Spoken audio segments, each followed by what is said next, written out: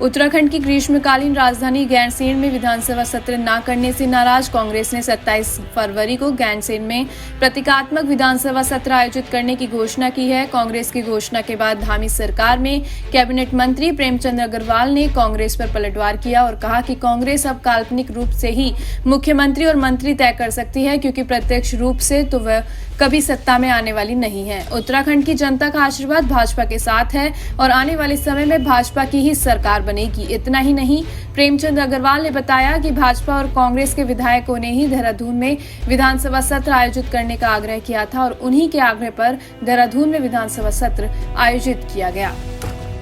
देखिए, आप जानते हैं कि बहुत से माननीय विधायकों ने लिख के दिया कि ये सत्र देहरादून में होना चाहिए। उसमें कांग्रेस के माननीय विधायकगण भी शामिल हैं और दूसरे भी विधायक उसमें शामिल हैं, निर्दलीय विधायक शामिल हैं। अब वो किस मुंह से इस प्रकार की बात बोल रहे हैं, हमारे समझ से परे है।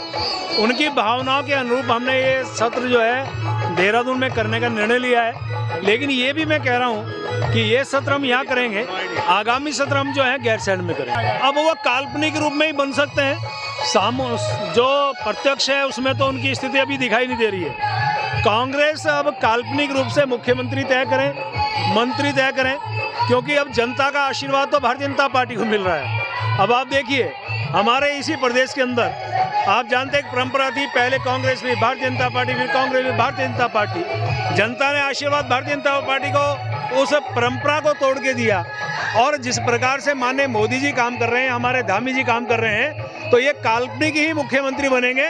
साक्षात मुख्यमंत्री तो भारतीय जनता पार्टी का ही बनेगा और मंत्रिमंडल भारतीय जनता पार्टी का बनेगा।